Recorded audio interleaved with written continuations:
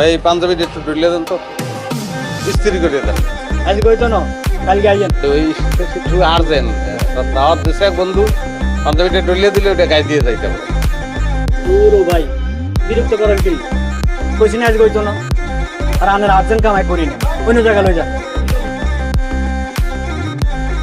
Sorry আর পারলাম না, আমার বোঝা শেষ। রাজনীতির বিকল্প নাই।